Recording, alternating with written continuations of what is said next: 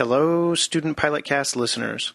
We have a very special episode 11 of the audiocast today. I had the pleasure of talking with Jerry from the Virginia Student Pilot podcast.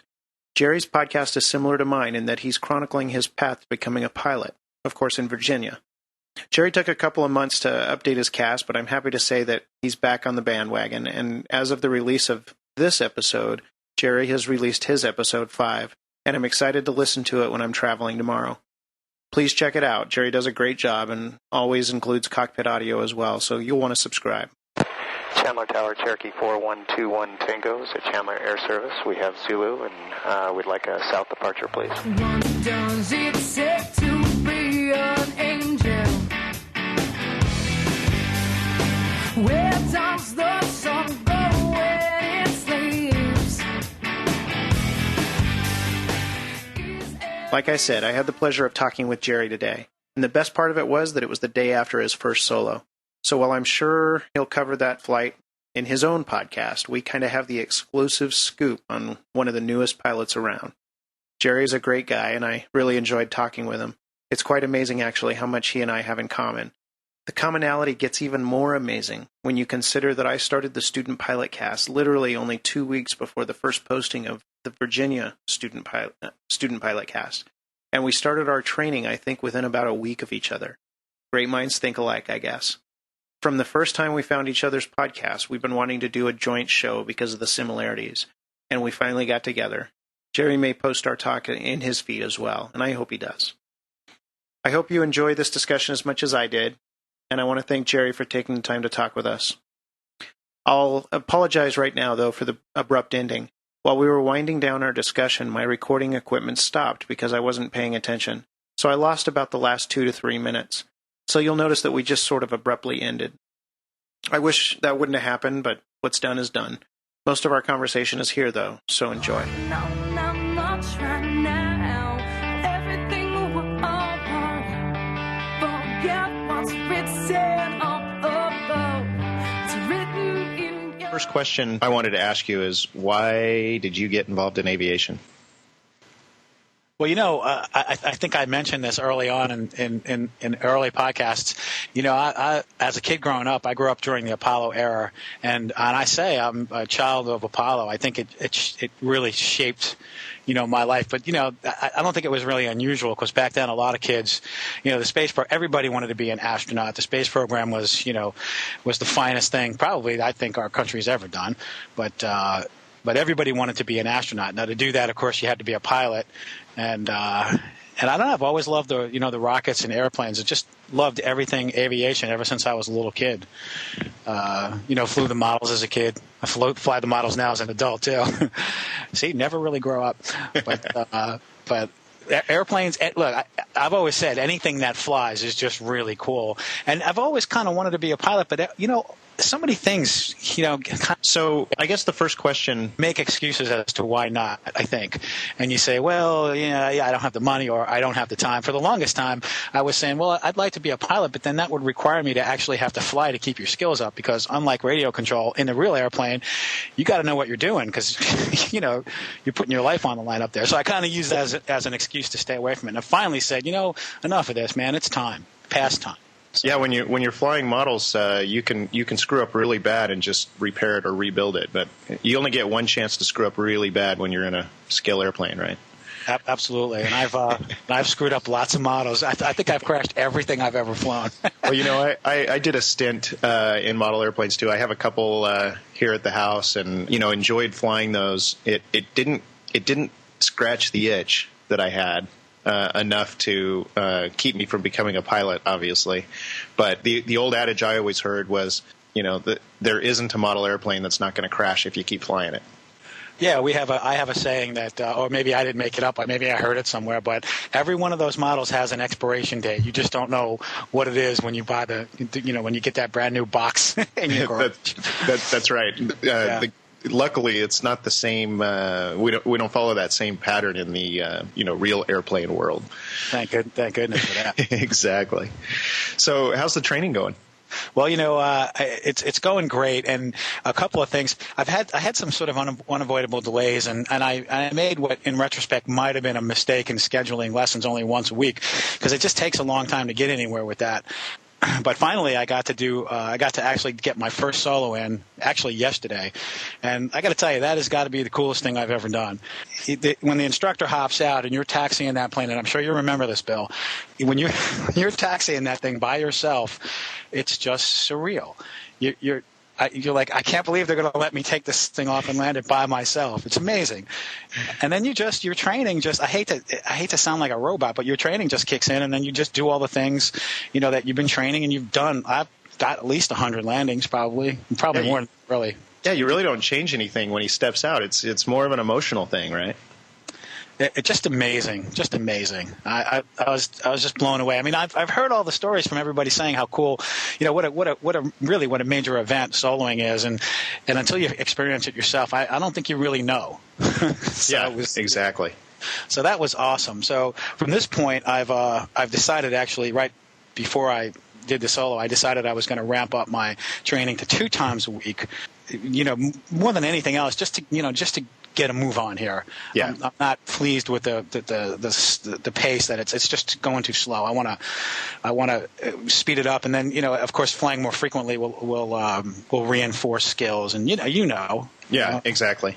I mean, I made that same commitment up front where I wanted to average three flights a week, and I made that decision because of everybody telling me that unless you do 2-3 flights a week, you're going to end up spending a lot more money. It's going to take forever, and you'll get discouraged because of the pace. So I just I kind of waited until I was in a position where I could just say, okay, I'm going to do it. This is kind of what I'm going to be doing for the next 3 months or so, So it doesn't leave a lot of time for a lot of extra things because, as you know, when you're training, for every hour or so you spend in the cockpit, there's several hours of preparation and reading and study on the ground. So have you noticed that as well? Well, I'm blown away by how much there is to learn, and so I thought, well, I'll get a head start on that stuff, and I really started diving into it before I started flight training. But the problem with that is you kind of forget a lot of stuff. Yeah. And having the flying reinforce the learning is, I think, the way to do it. And I think, as the PilotCast guys said on their most recent PilotCast, you're doing it the right way. So there's a huge endorsement, and when Kent says that that actually means something to me. He's a pretty experienced pilot, so that was a nice comment from him. Yeah, those guys are great. As we were talking about before we started rolling tape, the PilotCast was my first introduction to any kind of podcast having to do with piloting. Mine as well. Yep. Yeah, and I thought, wouldn't you agree? A lot of really good stuff there. Oh, absolutely. I think I mentioned this when I was talking to PJ, but I absolutely went through a withdrawal earlier this year when I caught up on all the episodes from the PilotCast. I was going, what am I going to do? I have nothing to, excuse me, I have nothing to listen to while I'm driving around to my customers or, going to work or whatever. And it was like this big void. And I've actually, since I mentioned that, I've actually heard from several people who've contacted me and said, I feel that same way when I catch up on one of these, these podcasts that's been around for a while. So it's a pretty interesting thing how we just, there's a lot of people out there like you and I, and we just kind of crave that information and that involvement. I'm surprised. I thought I was the only, or at least one of few aviation geeks out there that just can't get enough of this stuff. But I found since doing this cast that there's a lot of us out there. Yeah, it's very gratifying. I was telling you a little while ago that I got an email from a woman who in Salt Lake City she picks up on the fact that I'm a musician, and it turns out she's the principal harpist for the Salt Lake City Philharmonic, which was awesome. Unbelievable. And she just got her solo in. Louise, great job, Louise. Bravo Zulu. She just got her solo in just, I guess, a week ago maybe or 2 weeks ago. So it was interesting talking to her emailing her back and forth about the similarities between playing music or walking out on a stage and then, walking out for your solo. Although I did point out that, when you walk out on a concert stage, you don't risk killing yourself. Yeah. But anyway, it's so cool. It's so cool cool. I like everything the podcast guys did, except, of course, for Dan's comments about radio control. But Yeah. I'll have to talk to him about that one day. But I think he's heard enough grief from everybody over that. It sounded like it. I think he put out a retraction on the next episode. But. Yeah, actually, he did. I was really incensed. Actually, I'm walking, doing my run or whatever, and I heard him say that "get a life," and I was kind of incensed. Yeah. I think about it now, it's just really funny. Anyway, it was cool. Yeah. So congratulations on your solo. I got an email from you yesterday that you had soloed and was really happy for you. And I know you've talked about it a little bit, but do you want to expand a little bit on what it was like and what happened? Yeah, sure. It was pretty funny, actually. We're taxiing down. Now, the standard protocol is you do 3 takeoffs and landings with your instructor, and if everything looks good, you feel good, the weather's right, he hops out and you do it yourself. So we're taxiing down for the first takeoff, and there are Loudoun County police officers, in the motorcycles and their SUVs on the taxiway. So Bob thinks to call the airport operator to ask why these guys are there, because sometimes the cops will be there if a dignitary is coming in, and if you're in the pattern, they'll divert you. And of course, he didn't want me getting diverted. My first solo, that would have been a drag. Well, you didn't when you were taxiing up. You didn't think you were in trouble, did you? For a change, no. Actually, I knew I was all legal and everything else, so we were cool. I couldn't resist. Yeah, I know. Cops. Anyway, that's a whole nother story. But now I sell insurance, so I should really appreciate those guys more than I probably do.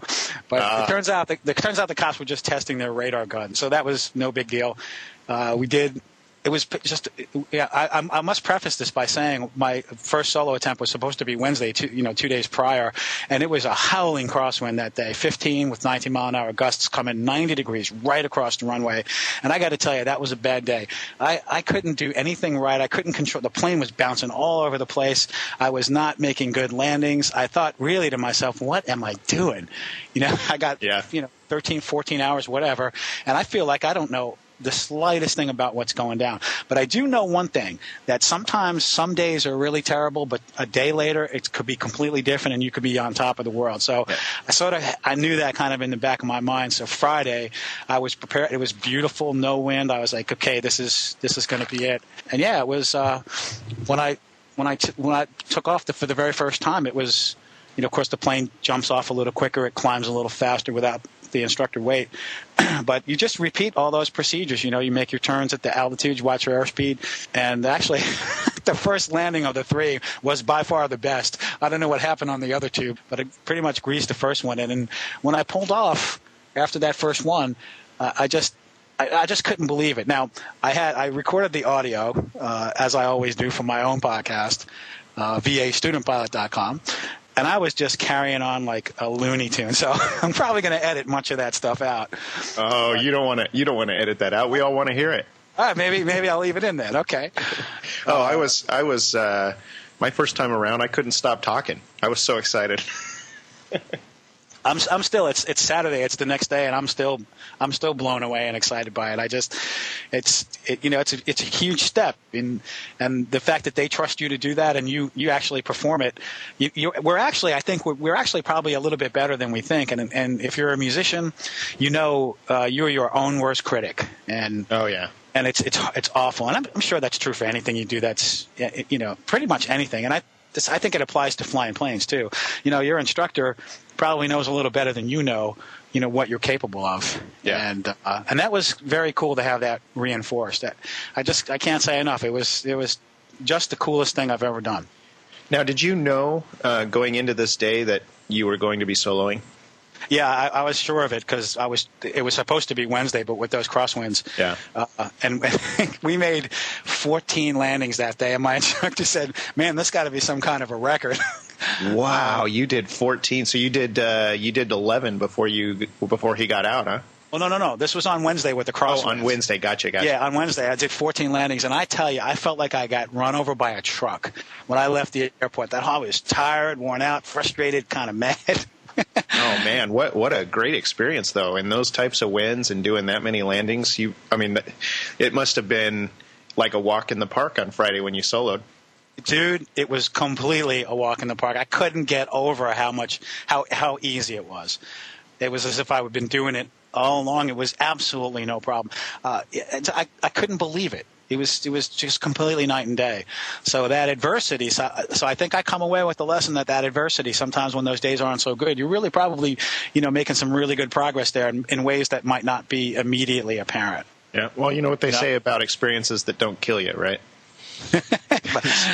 Just make you stronger. So. Indeed. So yeah, it was out of control, man. I still, as you can tell, I'm still on a cloud. Oh yeah, and I love to hear it in your voice, because it really takes me back a whole 4 weeks ago when I did. Wow.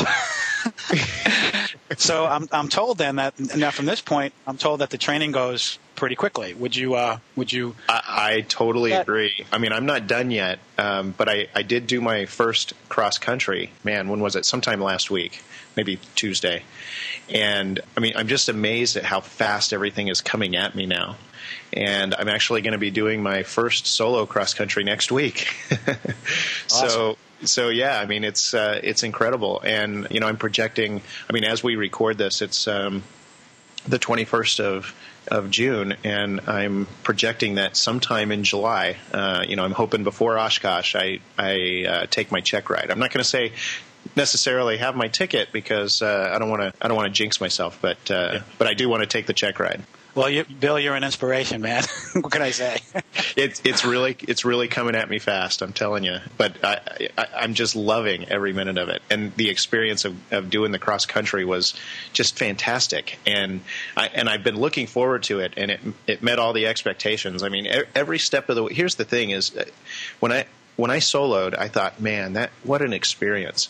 A few days later, I was doing my third solo away from the airport, and I thought, wow, this was even a more significant experience, I think, than my solo in the pattern, because from start to finish, I was in command of the airplane, and I was making all the decisions, and I was going out there doing some maneuvers and coming back and did a few touch and goes, completely in control. And I felt like that was a huge step in my training, where I felt like a real pilot, And I thought, man, it just doesn't get any better than this. And then I move forward, and I do that first cross country. I'm going, oh, this is what it feels like to be a real pilot. Doing all the planning, and I mean, it's just incredible. It just keeps coming at you, and it keeps getting better and better and better. It's unbelievable.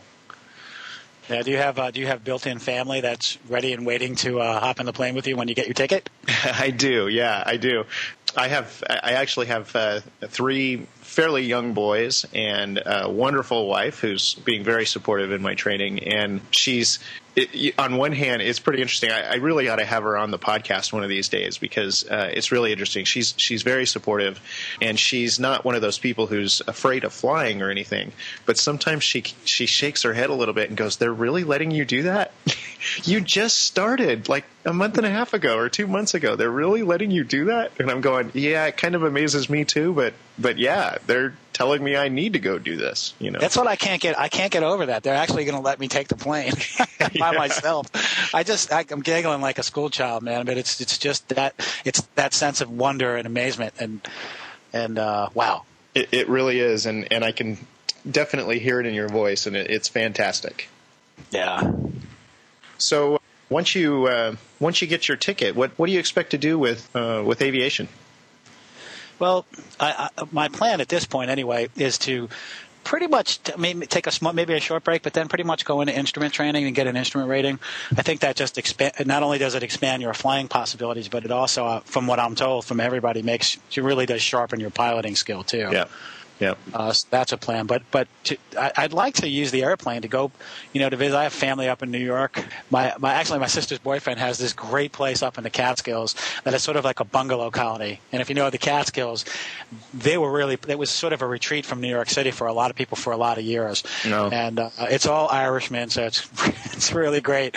But I drove up there a few weeks ago, and it took 7 hours to drive up there. And I think in a plane, I don't know, maybe 2 hours perhaps. And it just so happens they have a GA airport right there, which will sell you glider rides. I got to check that out too. That looks like a lot of fun. Definitely. So one of my goals is to get up to New York and actually fly up there and hang for the weekend. I mean, how cool would that be? You just hop in the plane and go fly somewhere. I have insurance clients that own planes, and they go to the beach. Now, from Northern Virginia to get to, say, Ocean City, Maryland, it's with no traffic, it's a 4.5-hour drive, but there's never no traffic. It's just a parking lot all the way. So I got a client that hops in his plane and he's there in no time flat. He's been doing it for a couple of years, and that to me, just the freedom of that, just I don't know, what can I say, that cannot be beat. Yeah, that sense of freedom is one of my motivations as well.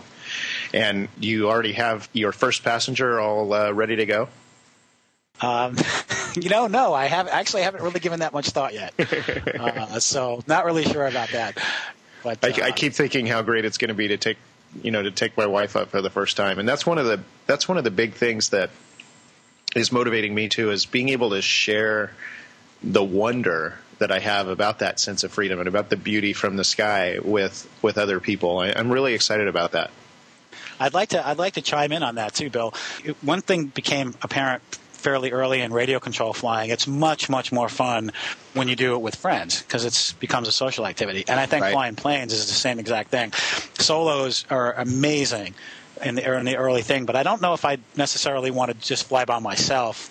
I think it would be a whole lot more fun with a passenger or two. Yeah, no question about it. I mean, the solos are significant because of the significance in your training and because of your progress. But I agree. I mean, the real fun of flying is going to be sharing it with other people. Absolutely. Yeah, absolutely. So I'm looking forward to that. Fantastic. So do you remember the first flight you ever had in a light aircraft? That's funny you should ask that. I do. And oddly enough, it was at Leesburg Airport, the airport that I'm training at. I was as I mentioned, I'm a musician, and as a trombone player, we don't get many gigs. We're like the Rodney Dangerfield of instruments. But big bands, jazz big bands are a ready market for our skills. So I've been playing regularly with a jazz orchestra around D.C. here for, 15 years. So we were doing a gig out at the airport. And it was a World War II memorial kind of thing. We, of course, played World War II music, naturally, and we had the uniforms, the whole 9 yards. There was some warbirds that were in for this thing. It was a whole big deal. And they were given plane rides. So I wanted to go in the smallest plane they had, just to get that seat of the pants feeling. And there was an older guy. He was an United pilot, probably had 8,000 hours. And they took me up in a 152. Might have even been a 150. I don't know. Maybe it was a 150. And I just remember flying around and going, "You're going to land on that little runway?" Because from the air, to your unaccustomed eyes, it just looks like the tiniest little patch of ground. It was no problem. And I thought, and the other thing that blew me away about that was that how the airplane in the air is such a, how you feel every slight movement, that the air, you're really at one with the air, and you move with the air. Mm-hmm. And so the seat of the pants flying thing, that really, okay, I see what you mean. Because it was just very much that kind of perspective. So I thought that was really cool. It was a lot of fun, tiny little plane, and for some reason I remember that. I don't know why. How long ago did you say it was? Oh, that probably was at least 10 years ago, probably. Oh, okay. All right. While back. Now a friend of mine, his wife Jill has a Cessna 182, and I've asked her for rides in the past, and went up with her before I had contemplated pilot training, and then again in January, when I knew I was going to start training, to just sort of ask her, just get her perspective, as she's an instrument pilot, and just get her a pilot's perspective on what this was going to be. So that was really cool. And she let me fly so okay, she might just have been, blowing smoke at me, but the first time she let me fly her plane out there which would have been, I guess, the practice area, she seemed to feel I had a pretty natural handle on it from flying radio control. I don't know. She could have just been saying that, but I think that radio control helps. I mean, because you know how a plane flies. So I think that does translate. But there's nothing like sitting in the seat, in the left seat, and actually doing it yourself. That's different and exciting and great. The amount of senses that are feeding you information when you do that is incredible. As my friend Jim, who I met in the gym the other day and found out he's training right there at Leesburg too, said early on it's like getting information out of a fire hose. And that's certainly how I couldn't believe how much stuff is coming at you and how many balls you got to juggle. But eventually the game slows down. And thank goodness. Yeah, no question. Yeah. Thank goodness for that. We would never get our tickets, right? Absolutely not. I guess that's the point of practicing. So tell me about your podcast. What made you start doing that? I've been an avid podcast listener for several years now, of mainly science-related podcasts. But there's podcasts on any subject you want. And so when I began to contemplate pilot training, I looked on the internet to find stuff and found PilotCast right away, and some other student Pilot Will's student Pilot Will's podcast, and thought, this would be a great vehicle. If nothing else, then you'd have a record of your own training. And then that was really the motivation to have a journal, as it were, of what that process was going to be like. So that was really the motivation. And as you know, it's rewarding because you get contact as it gets out there and people find out about it. You get, emails from people all over the place that are, that share your passion. And that's just the coolest thing. That we're all in the exact same boat, and it's gratifying that people support your efforts that way. But I think ultimately it's going to be a record that it's out there, man. It's in cyberspace. It's going to be there, forever. Who knows? Yeah, and that's VAStudentPilot.com, correct? Yeah, VAStudentPilot.com. You could subscribe to it on iTunes, and with your help, Bill, I'll get that feed fixed. Yeah. You don't have to use iTunes. I'm going to work on that today, actually. Great. I was surprised that how much work it is to do those, and I meant to mention this before with the PilotCast guys. They for a long time there, they were pretty steady about putting stuff out, and I think Mike probably does a lot of that editing, and then they kind of slowed down with it. But now doing my own, I realize it's a ton of work. It really is. Yeah. Not that it's hard work. We like it, right? We enjoy it. Yeah. But it just takes a lot of time. And I don't think I really appreciated that, going into it. But you're right. Oh, go ahead. Sorry. No, I was going to say, or Mike at PilotCast. I'm now thinking, man, the stuff that they've done. How much work has that guy done to make that happen? Thank you, Mike. Yeah, thanks, Mike.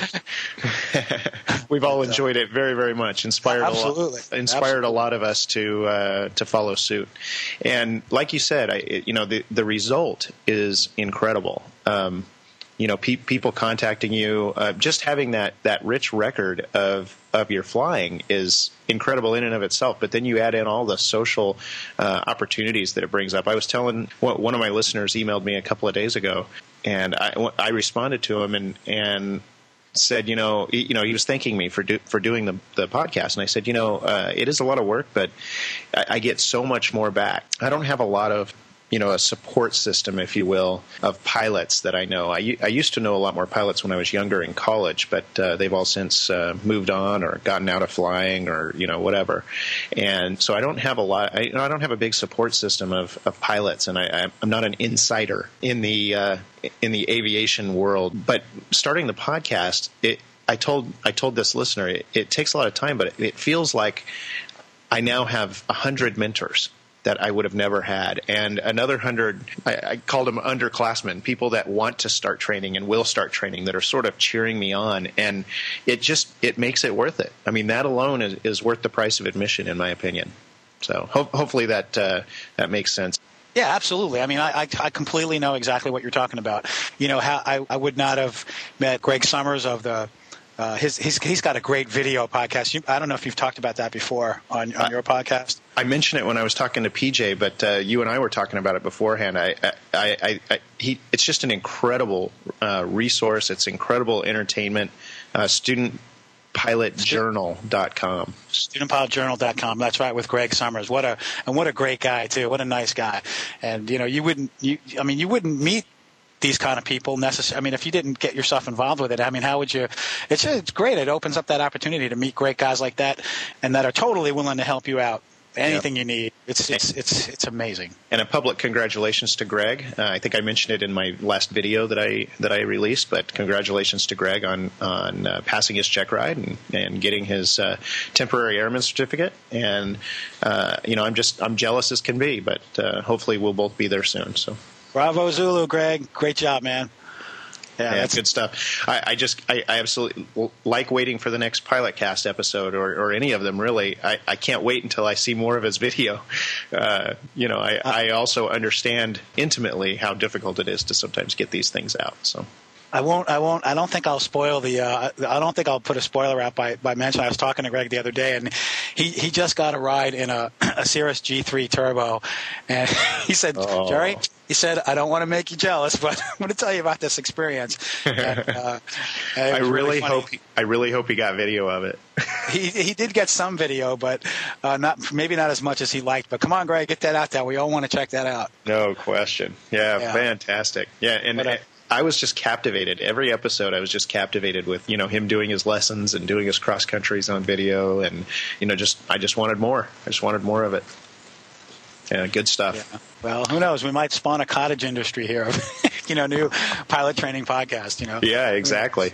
That's great. Everybody jump in. Yeah, everybody jump in. It's great. We just can't get enough of it. Absolutely. So, what's next for you? You've got some episodes coming out?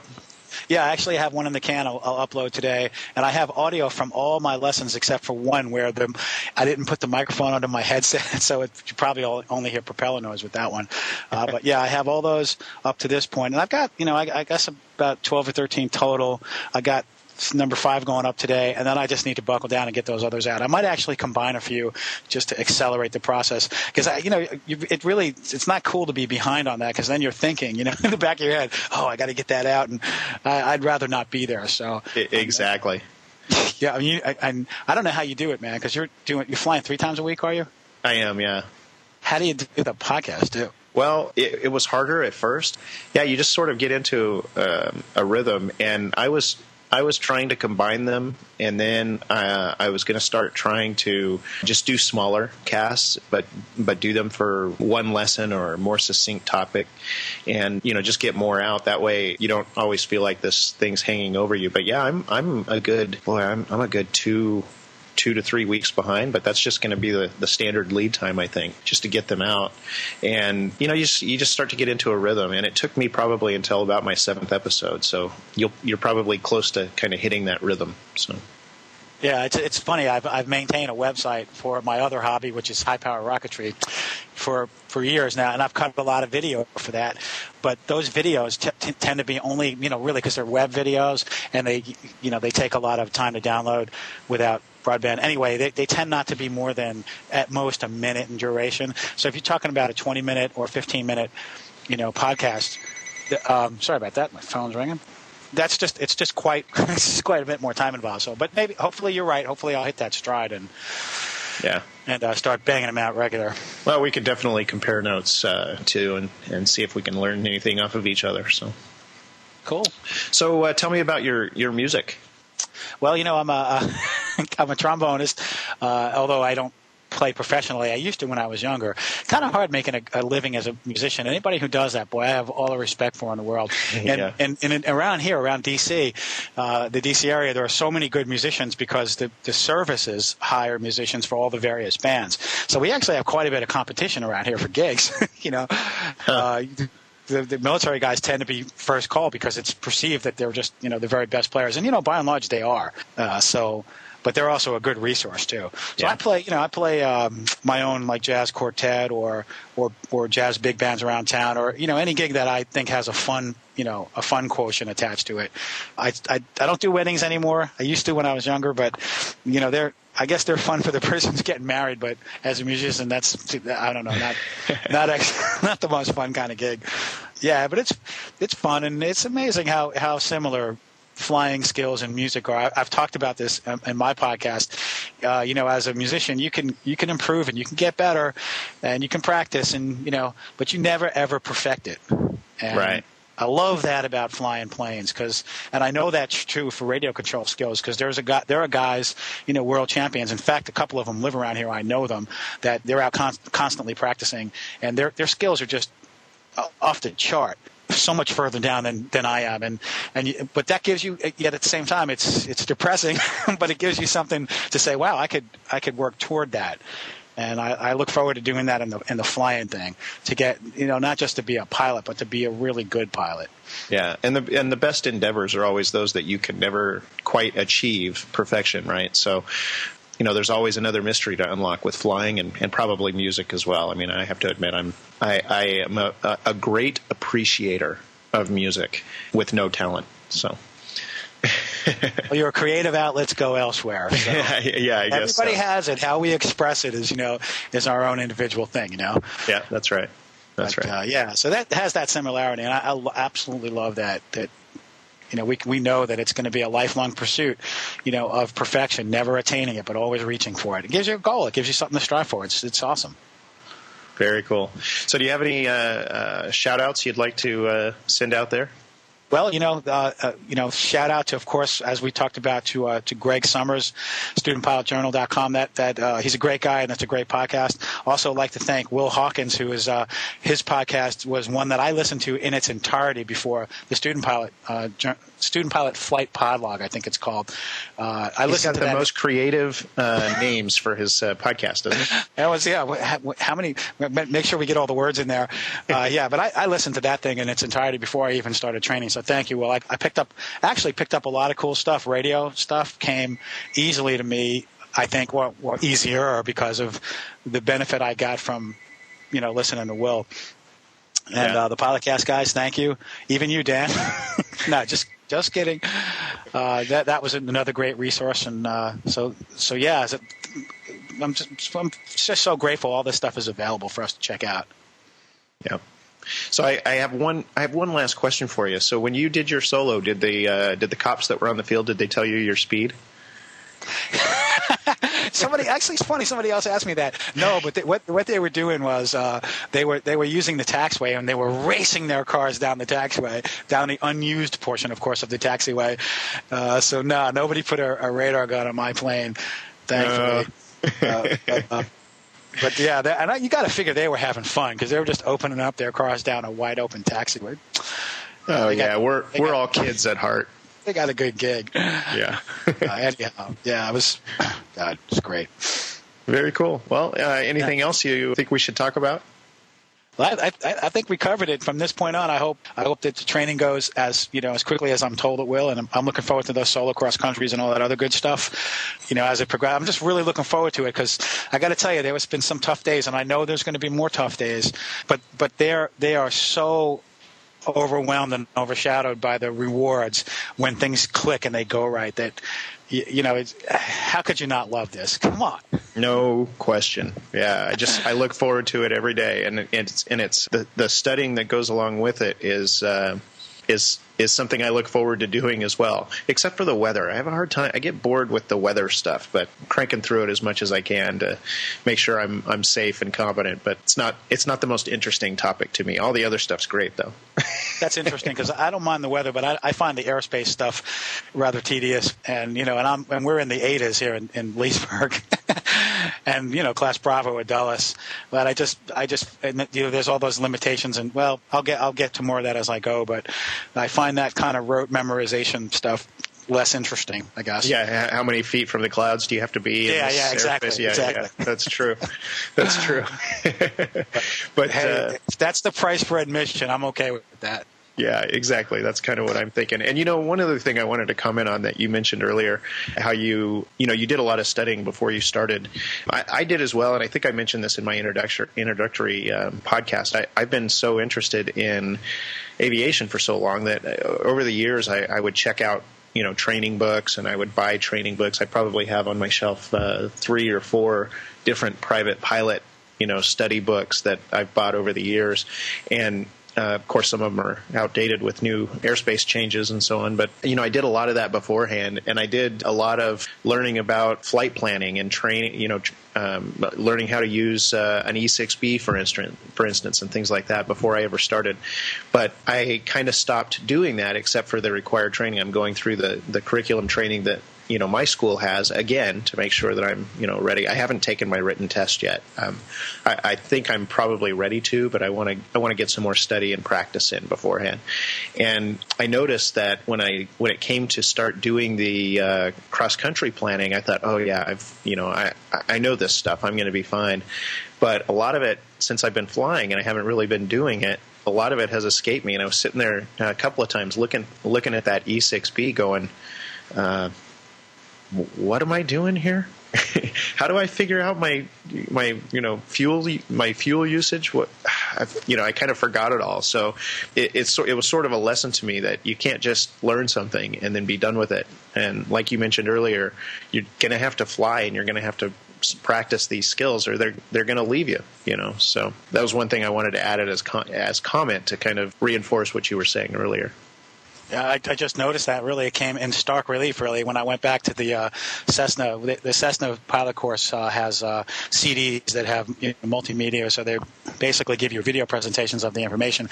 And as I went back to review all the stuff before solo, like say the first 5 or 6, I was amazed at the really good information that I had forgotten. Right. Concerning how to do maneuvers, speeds, all of this stuff. All the stuff is there, and wow.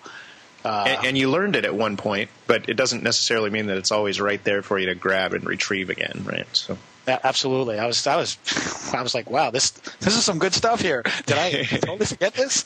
you and I are infants in this world, and it was a good lesson to remind me that I can't just be satisfied. I've always got to be practicing and reinforcing it. Yeah, although I will admit, after that Wednesday, after that rough day, after getting hit by the bus, I did not read a single aviation thing until Friday, and I did nothing pilot-related for 3 days. And that was probably the best thing you could have done to get ready for your solo. Absolutely.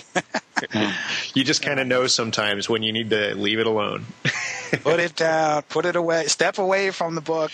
Yeah. Well, great. One more thing I wanted to ask you. What so far do you think would you say has been your most challenging aspect of training? Crosswind landings, man. Yeah, that is just that is a bear, and it's tough. I mean, I had at one point during that Wednesday, I said, "Hey, Bob, why don't you take one? Once you land one, I'll just follow along with you," because I was getting so frustrated. And even Bob, forgive me, but even he didn't make a good landing in that condition, so kind of felt a little better, oddly enough. Yeah, the crosswind landings. Oddly enough, steep turns, I love those, man. That's probably my favorite maneuver of all, the steep turns. Love those. But yeah, crosswind landings. Those are a bear. They're fun in radio control because you can do ridiculous control deflections and you can slip a plane, practically 90 degrees to the wind. It's really fun. But when you're sitting in the cockpit, not so much. Yeah, well, you can also hover a lot of remote control airplanes too. All my planes. They're all aerobatic with 2-to-1, power to weight ratios. Oh yeah, they'll absolutely rocket out of a hover, no problem. Yeah, so it's not always based in reality as far as their scale brethren, So no, not at all. But that's kind of what makes it fun. I don't know though. Maybe going down. I mean, one of the things I've heard from other people say that their best endorsement ever on their license was a seaplane endorsement. Everybody I've talked to said that was really cool. Really? So that's on my list. Actually, Greg has an outfit near him in Florida that does that for a fairly modest cost. I know the Pilotcast guys talked about it too. Yeah, I don't even have any idea where I would go for something like that. I guess I'd have to make a trip to Florida. Or the guy I was talking to. It's funny, when I was getting my medical, I was talking to a guy in the waiting room, and he got his up in Alaska. So I don't know, maybe that's equidistant from Arizona. I don't know. No, I said Florida's closer. He said it was real pretty up there. That was really beautiful. Yeah. You can't beat Alaska, right? Yeah, he got a seaplane endorsement up in Alaska. That was cool. So that sounds like fun. And of course, one of the fields I fly radio control at is a full-scale airfield. The owner owns a couple of J3 Cubs. He has an ultimate biplane too in his hangar there. Really? And, so Cubs are flying in and out of there all day long. There's also the Flying Circus Air Show, which is right across the road. And on Sundays, those guys will come over and buzz our field, which is in these Stearmans, man, which is the coolest old biplane, man, you ever saw come I bet they're quiet too, right? Oh yeah, real quiet.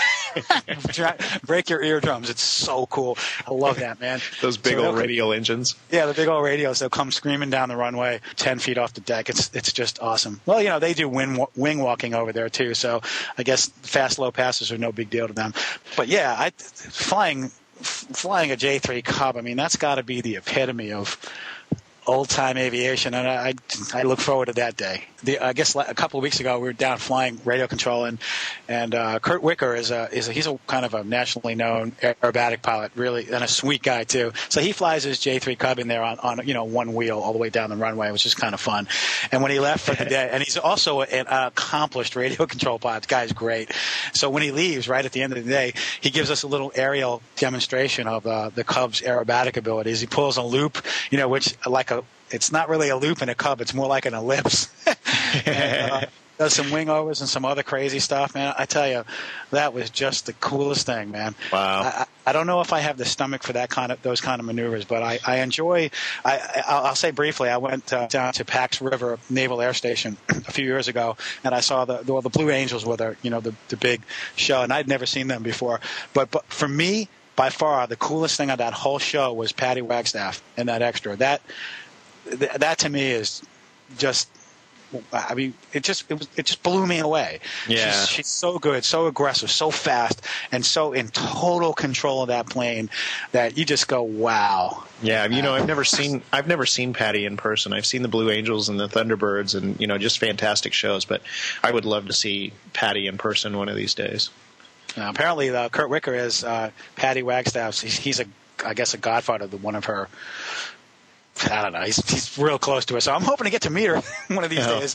That would be great. Yeah, that would be beyond category. That would be awesome. So are you gonna go out to Oshkosh this year? I'm starting to think about it. I would love to go. I've always wanted to go. I've got some prior commitments out of town, but I'm going to see what I can do. I would really, really love to go. What about you? Yeah. It would be awesome. I'm not sure I can. I have wonderful flexibility in owning my own business on a day-to-day basis, but actually getting away for consecutive days is kind of hard because I'm by myself with one part-time person, so it's kind of tough for me to get away. So day-to-day, I got all the flexibility you could ever desire, but long-term, not so much. So I'll have to see about that. But Oshkosh, man, that is ground zero, man, for all things for general aviation for sure. Yeah. Yeah. So I don't know. I would love to see. I'll have to make that call when it gets a little bit closer, I guess. Yeah. And I'm doing the same thing. I'm just going to see if I can work it out. I'm not sure yet. Maybe they'll do another podcaster. Didn't they do a podcaster sort of meeting or something? Yeah, Potapalooza. Yeah. I think they are planning to do that again, which would be a great thing to watch, wouldn't it? We'll have to crash that party, man. Yeah. Rookie student pilots. It's all fun. These great guys. I'm just so grateful. I'm so glad I did this, man. It's, as you know, that's the best. Yeah. It's really rewarding. So I'm looking forward to your new episodes, the one you've got in the can, as well as the ones that you're ready to put together.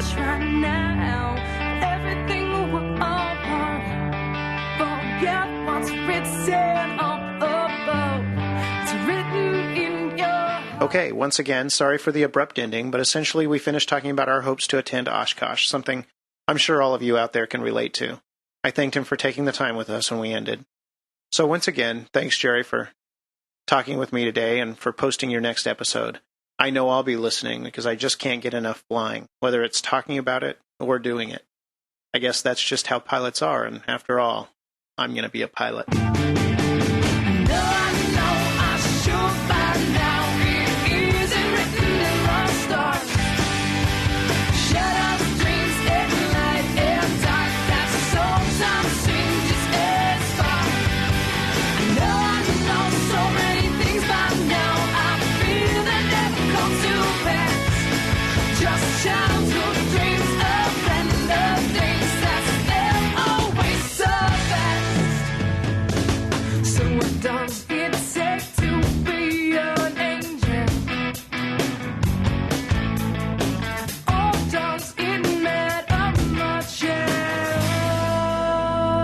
Music for today's audiocast is the song To Be an Angel from the great Canadian band Uncle Seth.